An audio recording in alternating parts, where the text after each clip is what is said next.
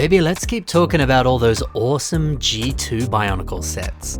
Today, we're gonna have fun and we're gonna talk about this particular one. It's the Protector of Fire. This set is a true delight. And I tell you what, the pieces that come in this set, they are great. There's plenty of ways that you can use them to build your own LEGO creations, so let's dive in and let's see how you could do exactly that. But first, I want to talk about why I think this set is awesome. Let's do it. This is the amazing Protector of Fire, but their canon name is actually Nemoto. So, all the different protectors, they share a very similar basic frame with some minor modifications that help set them apart from one another. And honestly, there's something really fun and exciting about all the little subtle differences. The repetition of their designs, you'd think that would be boring, but it's just not. And that's because of those unique differences. They're so exciting. It's great to see how each one ties into their elemental tribe. It's nice to see the color changes.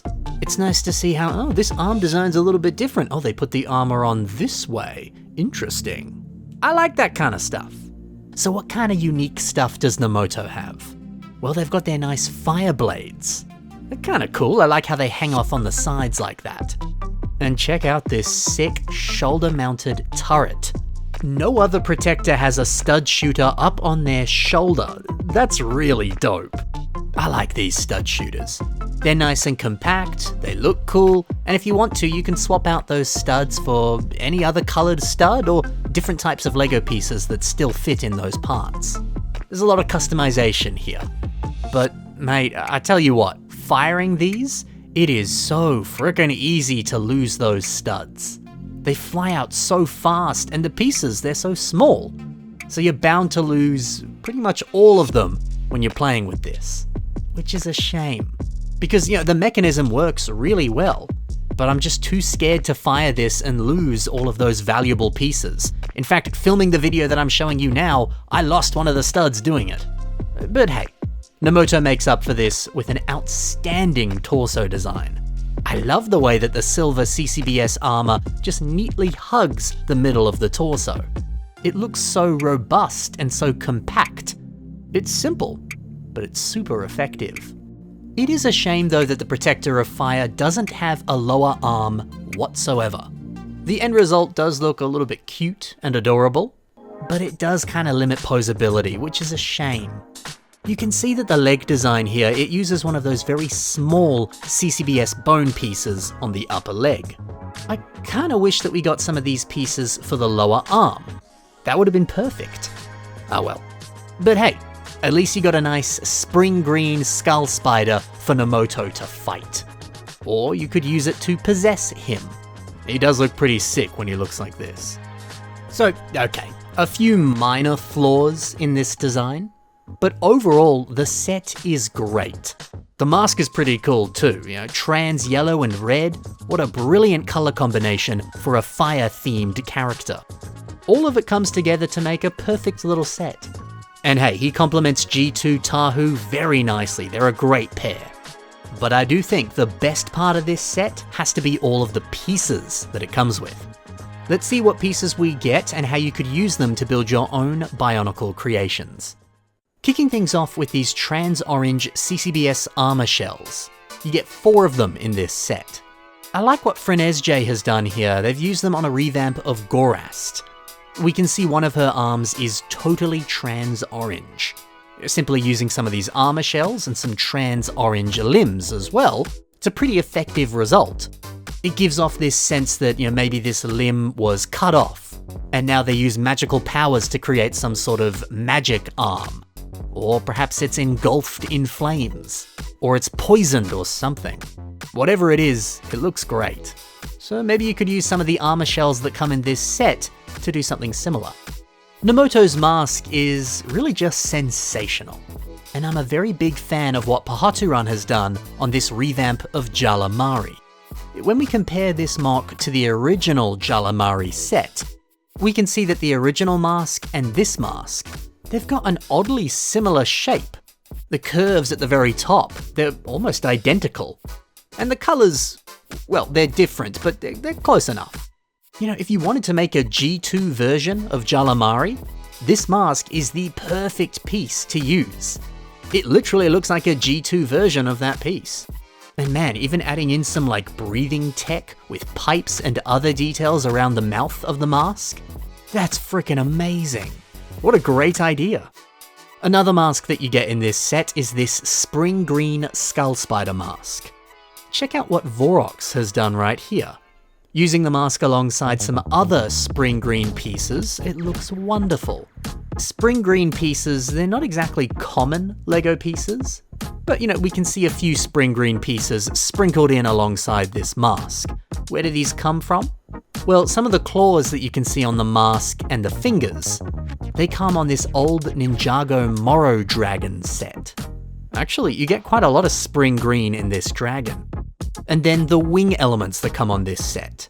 Originally they appeared in this old Elves Dragon set. And look at that, you even get a little bit of spring green CCBS armor. Wow. So, you know, there are actually a good supply of spring green pieces out there. Why not wrangle up as much as you can and use it alongside this mask to create some really cool characters with some very distinct color schemes. Underneath Nomoto's mask, we have this silver face. You get this on pretty much every G2 set, but how else could we use it other than a head? Well, let's check out Liwa Evol by Rival Bio. Yeah, we've got to zoom in a little bit here to see this, but on the chest design, right here at the bottom, we can see this piece kind of just embedded into the torso. Isn't that cool?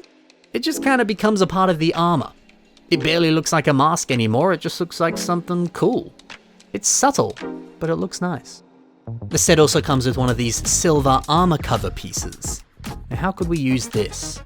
Well, Infernomox has a robotic cowboy, and they've just placed this piece on the lower section of the torso.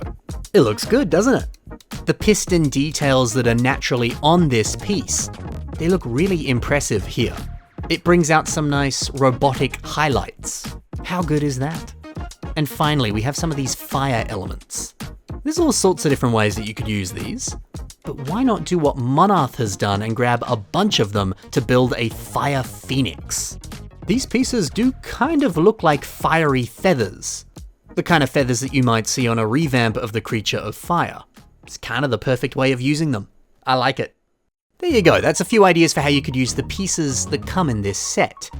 Now let's check out a couple revamps of Nomoto. Here's Lewis Hammond's take on revamping the Protector of Fire, and check out all this new gunmetal armor. I think it's sensational. I like how he's got some really stocky shoulders, and then the gunmetal armor flows down the waist for some nice crotch protection. It looks quite militaristic. It looks like the kind of armor you would see on a medieval town guard. I mean, you know, even just the tall, proud pose that they've got. Everything about this mock is injected with so much character and personality. It's amazing how adding in some funky looking armor can do a lot for the character. You know, I can almost see Nomoto, the original Protector of Fire, being a bit of a wise elder in the city. And then next to him are two of these guys. They're like his personal guardsmen. Yeah, that would be cool. Building different variations on the Protectors of Fire, seeing different ranks or classes, or different types of civilians. That would look really cool. Maybe you could do that yourself. How would the Protectors of Fire look if they were a blacksmith? How would a nobleman look if they were a protector? There's a lot of possibilities there. Alright, but let's finish off with a colossal creation. This one was built by Vio at Hellcas. So this isn't technically a revamp of the set, but it could certainly pass as one. Look at this new mask design. The kind of gas mask around the mouth. And then do you see that red piece that's just wrapping around the very front of the face? This is a red jumper beast. The same one that you see here that comes in a few different Invasion from Below sets. One that it specifically comes in is Stormer's Freeze Machine. Yeah, if you remove the black armor shell on this piece, you can kind of wrap it around a mask and it looks dope. Isn't that awesome? Both that and the kind of engines sticking out of the back of this character, it makes them look like a living furnace. It's a great aesthetic. You know, even just the larger, bulkier proportions, It really helps set them apart from anything else. This is so unique. And he's got a big blaster too. This MOC has it all. It's just brilliant. What a great MOC. And what a great set. I like the Protector of Fire. Fun design, even better pieces. If you liked the MOCs that I talked about in today's episode, then take a look at the links in the description below. You can see more from those builders right there. I hope you enjoyed this one, guys. Thank you for watching, happy building, and bye for now.